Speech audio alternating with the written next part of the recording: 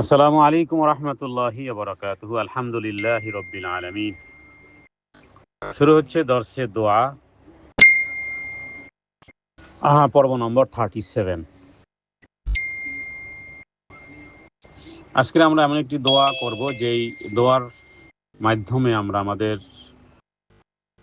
যারা জীবিত আছি তাদের জন্যও আছে দোয়া, যারা মৃত হয়ে গেছে, যারা চলে গেছে তাদের জন্য আছে দোয়া, যারা উপস্থিত আছি আমরা আমাদের জন্য, যারা অনুপস্থিত আছে তাদের জন্য, চাই ছোট হোক চাই বড় হোক, চাই পুরুষ হোক চাই নারী হোক। হাদিসে বর্ণিত একটি দোয়া, আর সেই দোয়ার মধ্যে স্পেশাল একটি কথা আছে, যেই কথা ছিল সমস্ত নবীদের কথা, সমস্ত সালফে সালেহিনদের কথা ছিল, এবং একজন ব্যক্তির জীবনে সবচেয়ে লোভনীয়, সবচেয়ে আকাঙ্ক্ষার বিষয় যেই দোয়ার মধ্যে, এই দোয়ার মধ্যে এরকম একটা কথা আছে। তাহলে দোয়াটি হাদিসে বর্ণিত এসেছে এবং আবু দাউদে এই হাদিসটি এসেছে। ইমাম তিরমিজি এই হাদিসকে উল্লেখ করেছেন। ইবনে মাজা তিনি একই হাদিস উল্লেখ করেছেন। তার মানে সুনান গ্রন্থে, একাধিক হাদিস গ্রন্থে দোয়াটি আছে। দোয়াটিকে অনেকে অনেক সময় জানাজার মধ্যেও পড়া হয়, তবে শুধু জানাজার জন্য এই দোয়া নির্দিষ্ট নয়, বরং এটা সদা সর্বদা সব সময়ের জন্য, এমনকি সালাতের সাজদাতে, সালাতের শেষ বৈঠকে, অথবা অন্যান্য সময়ে যখনই আপনার কোনো আপনজন, অথবা আপনার বাবা অথবা আপনার মা অথবা আপনার আপন কেউ জন যিনি মারা গেছেন তার কথা মনে হচ্ছে আপনি কি করবেন? আমরা বুঝি না অনেক সময় আপনজন হারিয়ে গেলে তখন দিক বিদিক হারা হয়ে যায়, আসলে করার কি? যদি আপনার কাছে সুনির্দিষ্ট কোনো সঠিক গাইড না থাকে, তাই মানুষ যা বলবে তাই আপনি করবেন। এমন কিছু কাজও করে ফেলতে পারেন যেটা শরিয়াতে বৈধ নয়। সেটা ওই মাজারে টাকা পয়সা দেওয়া থেকে শুরু করে, হুজুর খাওয়ানো থেকে শুরু করে, সিন্নি দেওয়া থেকে শুরু করে, যেগুলো মৃত্যু ব্যক্তি কেন্দ্রিক আমাদের সমাজে হয় এবং এটা রসম রেওয়াজ হয়ে গেছে, এটা করতে হয়, অথচ এর সাথে ইসলামের কোনো সম্পর্ক নেই। ইসলাম তো গোটা পৃথিবী মানুষের জন্য এক এবং অভিন্ন হবে। বাংলাদেশের ইসলামের সাথে পৃথিবীর অন্য দেশের সাথে মিলবে না কেন? তার মানেই হলো যে এটা ইসলামের কোনো রীতিনীতি নয়। জি, তাহলে আমরা দোয়াটি শুরু করি। ক্বালা রাসূলুল্লাহ সাল্লাল্লাহু আলাইহি ওয়াসাল্লাম, আল্লাহুম্মা গফির লিহাইয়িনা ওয়া মাইয়িতিনা ওয়া শাহিদিনা ওয়া গায়িবিনা ওয়া সাগীরিনা ওয়া কাবীরিনা ওয়া যাকারিনা ওয়া উনসানা।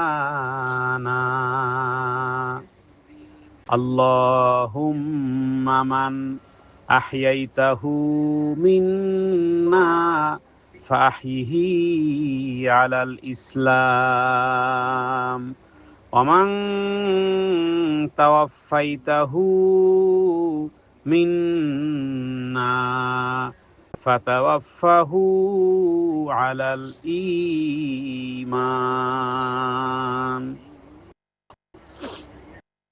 হে আল্লাহ, আমাদের জীবিত যারা আছি এদেরকে আপনি ক্ষমা করেন। হে আল্লাহ, যারা আপনার কাছে চলে গেছে, যারা মৃত্যু হয়ে গেছে, হে আল্লাহ তাদেরকেও ক্ষমা করেন। হে আল্লাহ, আমরা যারা উপস্থিত আছি আমাদেরকেও ক্ষমা করেন, যারা অনুপস্থিত আছে যারা, তাদেরকেও ক্ষমা করেন। হে আল্লাহ, আমাদের ছোটদেরকেও ক্ষমা করেন। হে আল্লাহ, আমাদের বড়দেরকেও ক্ষমা করেন। হে আল্লাহ, পুরুষদেরকেও ক্ষমা করেন, নারীদেরকেও ক্ষমা করেন, কেউ বাদ রইল না। হে আল্লাহ, আমাদের মধ্যে আমরা যারা দুনিয়াতে বেঁচে আছি, জীবিত আছি, আমাদেরকে ইসলামের উপরে জীবিত রাখেন। আর যখন আমাদের হায়াত শেষ হয়ে যাবে, আপনার কাছে যাওয়ার সময় হবে, যখন আপনি আমাদেরকে মৃত্যু দিবেন, সেই মরণটাও যেন ইমানের মরণ হয়। এই হলো দোয়া। এই দোয়াটি অত্যন্ত ব্যাপক একটি দোয়া। এটা শুধু মৃত্যু ব্যক্তিদের জন্য নয়, পুরো উম্মার জন্য মাগফিরাত চাওয়া হয়েছে। হ্যাঁ, তবে এখানে জীবিতদের জন্য একটু স্পেশাল আছে, সেখানেও জীবিতদের জন্য হেদায়েত এবং সঠিক পথে থাকার জন্য, আর মৃত্যুদের জন্য আছে ক্ষমা এবং রহমতের দোয়া। কারণ তাদের জন্য মৃত্যু যারা হয়ে গেছে তাদের জন্য আসলে দরকার ক্ষমা এবং রহমত। সমস্যা হলো যারা যারা বেঁচে আছি আমাদের জন্য সবচেয়ে বড় বিষয় হলো যে হেদায়েত এবং সঠিক পথে থেকে যেন মরতে পারি। তাহলে সবচেয়ে গুরুত্বপূর্ণ এই দোয়ার মধ্যে চুম্বক অংশ, ভালোবাসার অংশ, রিপিট করার যে অংশটুকু, সেটি হলো হে আল্লাহ, ইসলামের উপরে জীবন এবং ইমানের উপরে মরণ। আল্লাহ মাফ করো, কেউ হয়তো দিন ধার্মিকতা পালন করে, হঠাৎ করে একটা মেজাজ গরম হয়ে গেছে, কয় যা মরেই যাব। এরকম একজন সাহাবীও ছিল এরকম, যার ব্যাপারে নবীজি বলেছেন সে জাহান্নামী। নবীজির এই কথা সাহাবীদের বুঝে আসে না যে হায় কি বলে, এবং দেখতেছিল সবাই যে এই পরিমাণ সে যোদ্ধা বীর, এই পরিমাণ কাফেরদেরকে ধরাশায়ী করে ফেলেছে। ইসলামের এই মহান কাজে যার তরবারি ইসলামের শত্রুদের জন্য উন্মোচন করা, সে যাবে জাহান্নামে। নবীজির কথার সত্যতা দেখার জন্য কোনো সাহাবী বললেন, তাকে আমরা অবজার্ভ করা শুরু করলাম যে দেখি আসলে সে কেন জাহান্নামী হবে। প্রশ্ন তো পরে নবীজির কাছে করবো, কিন্তু আগে দেখি আসলে সে কি করে। হ্যাঁ, তখন দেখা গেল যে সে পশু কাটার মতন সে কাফেরদের ভিতরে প্রবেশ করে ফেলেছে। তার মানে গাজর যেভাবে কাটে এইভাবে করে তার তরবারিকে কাফেরদের জন্য উন্মুক্ত করেছে। এরপরে দেখা গেল যে কোনো একজন কাফের একটা আঘাত তার শরীরে লেগেছে এবং সে ব্যথা অনুভব করে একটা পর্যায়ে গিয়ে সে তার নিজের তরবারি নিজের বুকের মধ্যে প্রবেশ করিয়ে দিয়েছে। তখন যারা অবজার্ভ করতেছিল তাদের মনে হলো যে হ্যাঁ, এটাই নবীজির ওই যে ভবিষ্যৎবাণী করেছিলেন যে সে জাহান্নামী। এটা জাহান্নামী কাজ, আত্মহত্যা জাহান্নামী কাজ।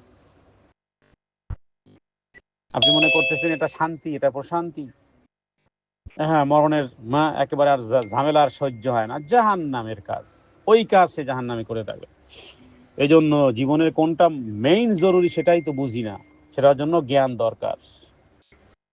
হ্যাঁ, সেই জ্ঞান না থাকলেও কোনো অসুবিধা নেই। এই দোয়ার মধ্যে সেই বিষয়টি, হে আল্লাহ আপনি আমাদেরকে ইসলামের উপরে জীবন, ইসলামের উপরে মরণ, এই যে আল্লাহুম্মা মান আহইয়াইতাহু মিন্না ফাহাইহি আলাল ইসলাম ওমান তাওয়াফাইতাহু মিন্না ফাতাওয়াফাহু আলাল ঈমান।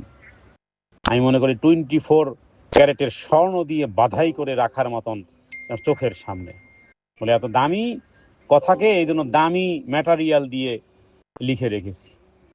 এইরকমের একটা কথা ডায়মন্ড দিয়ে এটাকে লিখে রাখার মতন, যাতে করে এটা যেন মিস না হয়।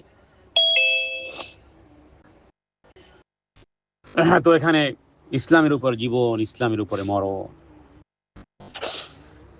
আল্লাহু আকবার কাবীরা।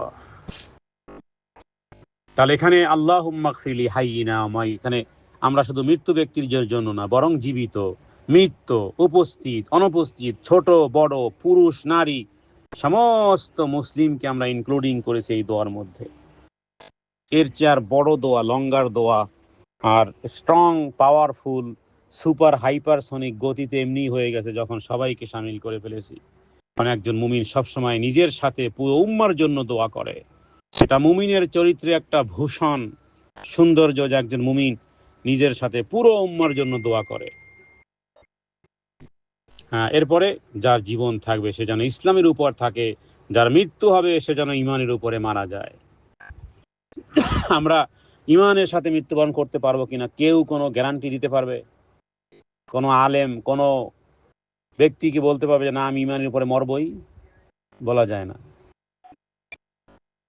শেষটা কেমন হবে, কোথায় মারা যাব, কখন মারা যাব, কোন দিন মারা যাব, কোন জমিনে মারা যাব, কোন জমিনে দাফন হব, কোথায় আমার কাফন, কোথায় আমার দাফন। হ্যাঁ, আমার কাফনের কাফন কোন দোকানে কোন দেশে সেটা কখন প্রয়োজন হবে, পৃথিবীর কোনো টেকনোলজি বের হয়েছে যেগুলো সার্চ করে বলে দিতে পারবে যে হ্যাঁ তোমার কাফন অমুক দোকানে এসে পৌঁছে গেছে? সম্ভবপর নয়। কিন্তু একটা তো বলা যেতে পারে, হে আল্লাহ, যেই জমিনে রাখো, যেই দেশে রাখো, যেই জমিনে আমার দাফন রাখো, যখন রাখো, যেই দিন রাখো, রাত আর দিন যখনই রাখো, হে আল্লাহ, মরণটা যেন ইসলামের উপরে হয়, ইমানের উপরে যেন হয় আমার মরণ।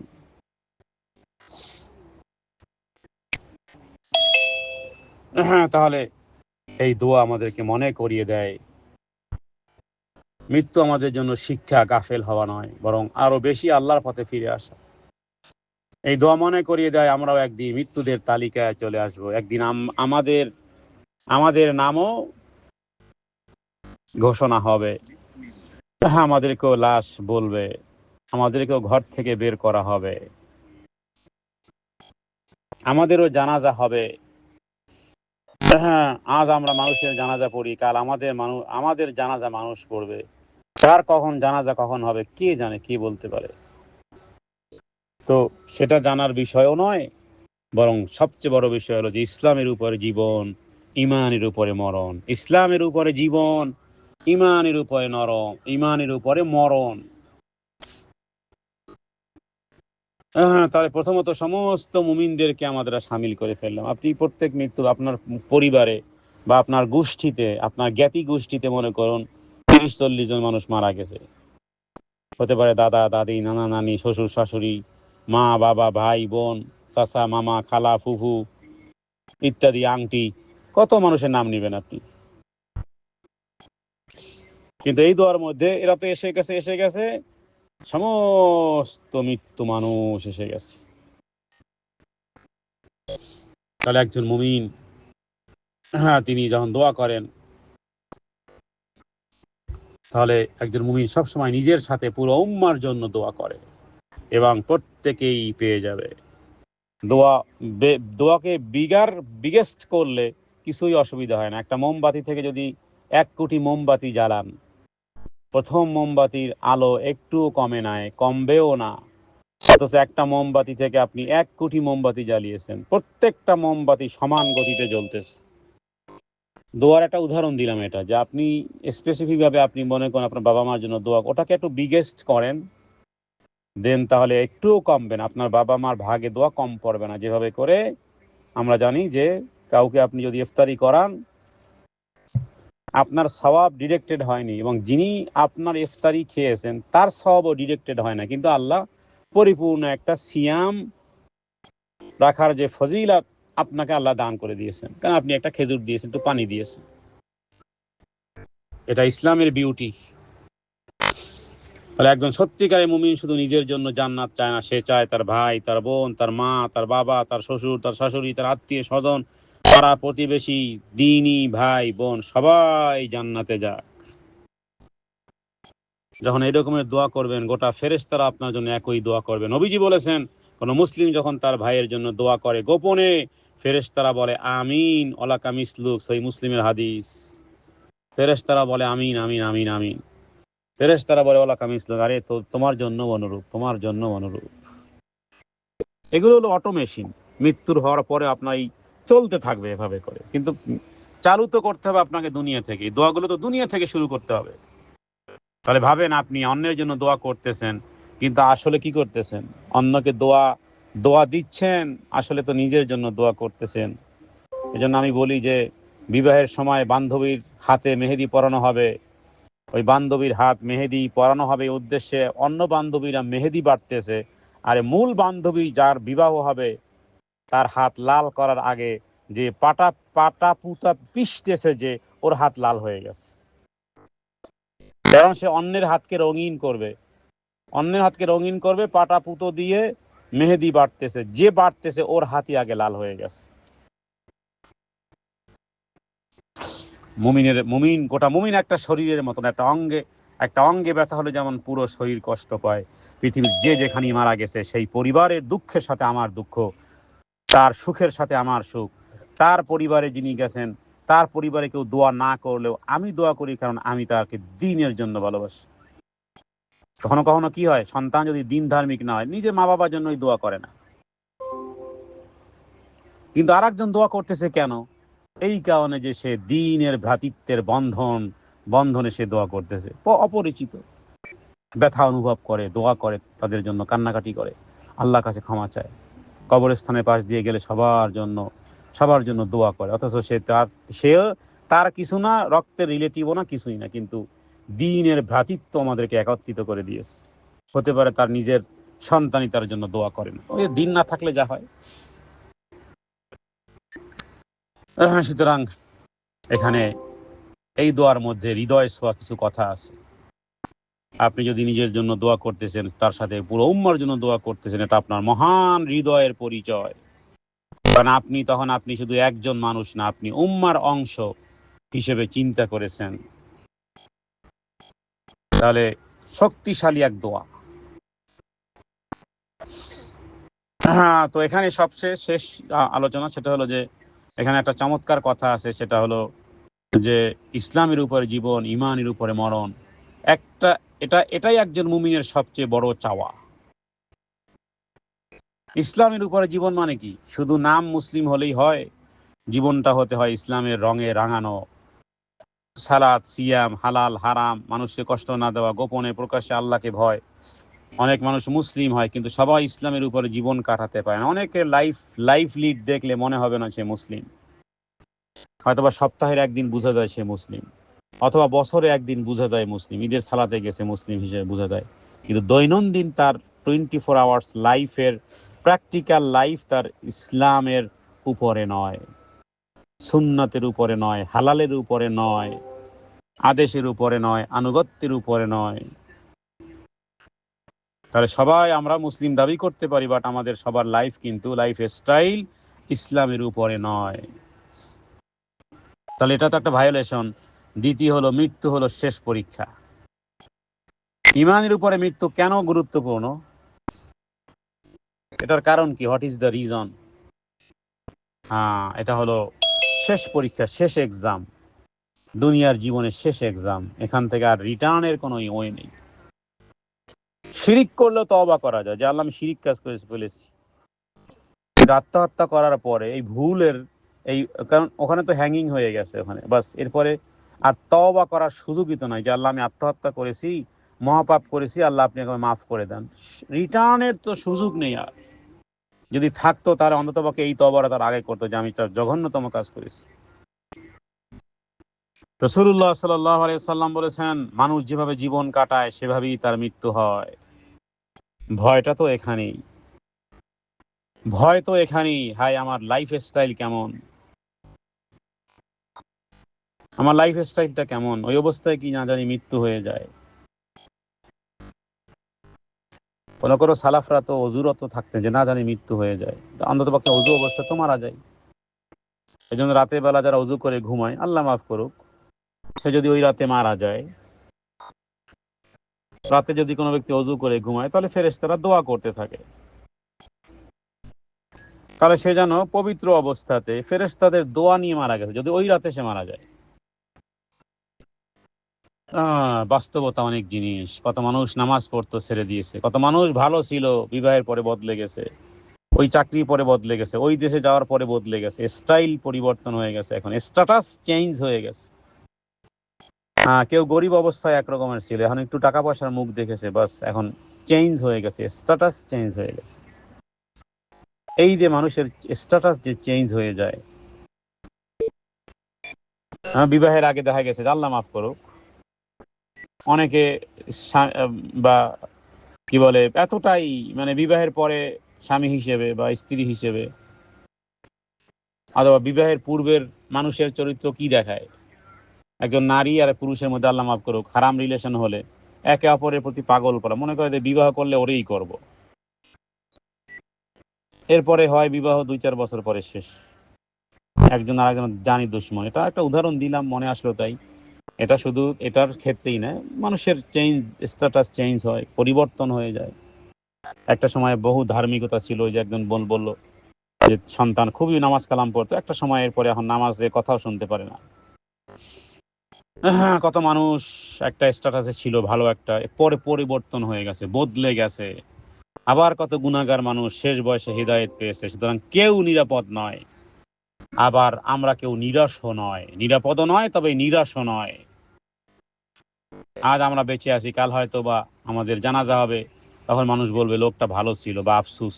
কিন্তু সবচেয়ে গুরুত্বপূর্ণ হলো যে মানুষ কি বলল না বলল সেটা দেখার বিষয় না, আল্লাহ কি বলবেন। মানুষ তো বলবে লোকটা ভালো ছিল, লোকটা খারাপ ছিল বা আফসুস, লোকটা কি রেখে গেছে, সন্তান সন্ততি কয়জন, টাকা পয়সা ধন দৌলত কি রেখে গেছে। আর ফেরেশতারা দেখে যে কি নিয়ে এসেছে। আমরা হিসাব করি কি রেখে গেছে, আর ফেরেশতারা বলে কি নিয়ে এসেছো। আল্লাহ কি বলবেন, কিভাবে ইসলামের উপর জীবন ধরে রাখবেন।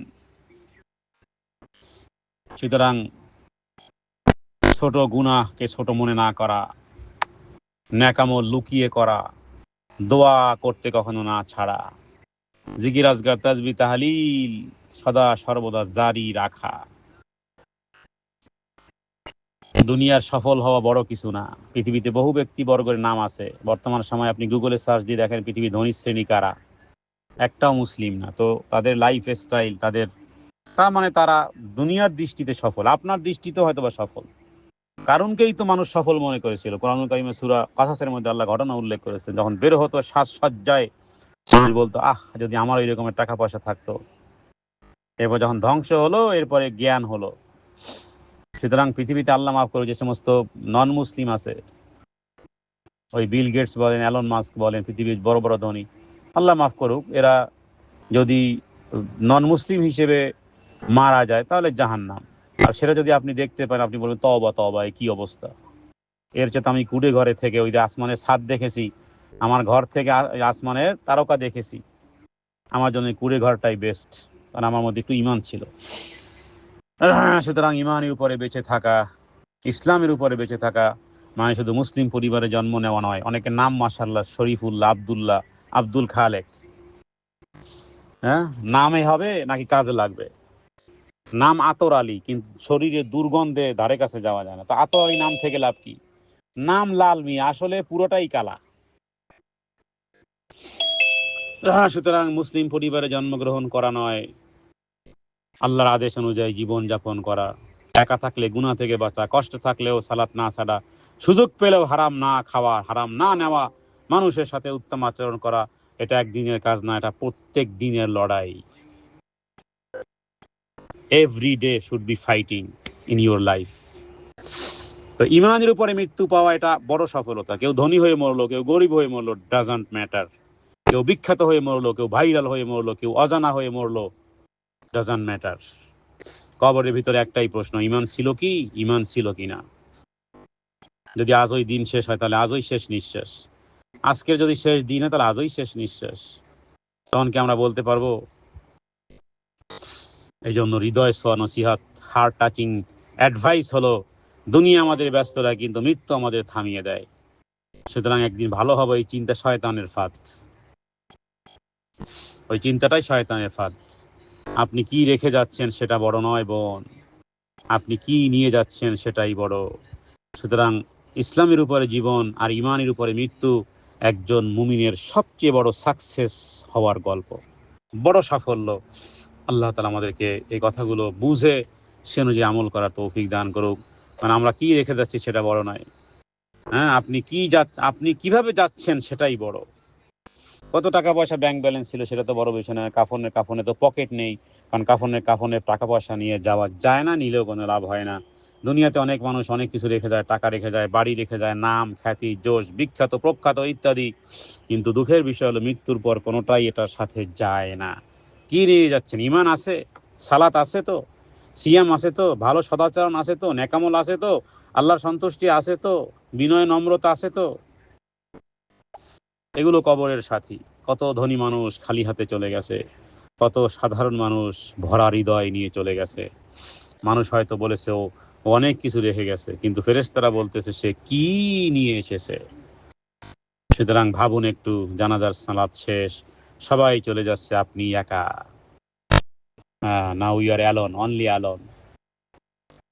তোমাকে একটা দূর পানে যেতে হবে, দীর্ঘ মেয়াদি একটা যাত্রায় সফরের পাথেও পানিও আছে তো, একাকেই চলতে হবে, দীর্ঘ পথ চলতে হবে, সামান আছে তো, রসদ সামান আছে তো। সুতরাং না আছে টাকা, না আছে বন্ধু, না আছে সম্মান, আছে শুধু ঈমান আর আমল, আছে শুধু। সুতরাং আজ, কাল থেকে নয়, আজ থেকেই, আজ থেকে এই দোয়া শুরু করুন। এই দোয়ার মধ্যে চুম্বক অংশ যেটা বলেছি, আল্লাহুম্মা মান আহইয়াইতাহু মিন্না ফাহইহি আলাল ইসলাম ওয়া মান তাওয়াফাইতাহু মিন্না ফাতাওয়াফাহু আলাল ঈমান। এই দোয়া আমাদেরকে শিখায় আমরা একা নই, আমরা উম্মাহ। এই দোয়াতে আমরা সবার জন্য যেমন বলি, হ্যাঁ, এখানে আমি নেই, আছে আমরা। এটা একজন মুমিনের হৃদয়। দেখুন এই দোয়ার মধ্যে চমৎকার একটা বিষয় যে সবগুলো বহুবচন। সুবহানাল্লাহ, সবগুলো বহুবচন। আমি বাদ, আজকের থেকে আমরা, গোটা মুসলিম উম্মাহ একটা পরিবার। এখানে কোনো ব্যক্তিগত দোয়া নেই, এখানে পুরোটাই বহুবচনের দোয়া। ইগফির লান লিহাইয়িনা মাইয়িতিনা ওয়া শাহিদিনা গায়েবিনা সাগীরিনা কাবীরিনা যাকারিনা উনসানা, সব না না না মানে কি বহুবচন। আমরা হে আল্লাহ, আমাদের জীবিত, আমাদের মৃত্যু, আমাদের ছোট, আমাদের বড়, আমাদের নারীদেরকে, আমাদের পুরুষদেরকে, এর মধ্যে ইনক্লুডিং এভরিওয়ান। সুতরাং নিজের জন্য, পরিবারের জন্য, সবার জন্য যদি দোয়া করতে চাই, তাহলে আমরা এই দোয়া করবো আজকের থেকে। আর সবচেয়ে বড় বিষয় হলো যে হে আল্লাহ, ইমানের উপরে, ইসলামের উপরে জীবিত রাখেন, ইমানের উপরে মৃত্যু দান করেন। এটা শুধু মরা মানুষের জন্য দোয়া নয়, এটা জীবিত মানুষের জন্য, এটা আপনার আমার জন্য, এটা আপনার আমার জন্য। ইসলামের উপরে জীবন, ইমানের উপরে মরণ দান করেন। হে আল্লাহ, আপনি আমাদের প্রার্থনাকে কবুল করেন। হাদা মিনাল ইলমু ইনদাল্লাহ, আল্লাহু আ'লামু বিস-সাওয়াব। ওয়া সাল্লাল্লাহু আলা সাইয়্যিদিনা মুহাম্মাদিন নাবিয়্যিল উম্মি ওয়া আলিহি ওয়া সাল্লিম। সুবহানাকা আল্লাহুম্মা ওয়া বিহামদিকা আশহাদু আল্লা ইলাহা ইল্লা আনতা আস্তাগফিরুকা ওয়া আতুবু ইলাইক। আসসালামু আলাইকুম ওয়া রাহমাতুল্লাহি ওয়া বারাকাতুহু।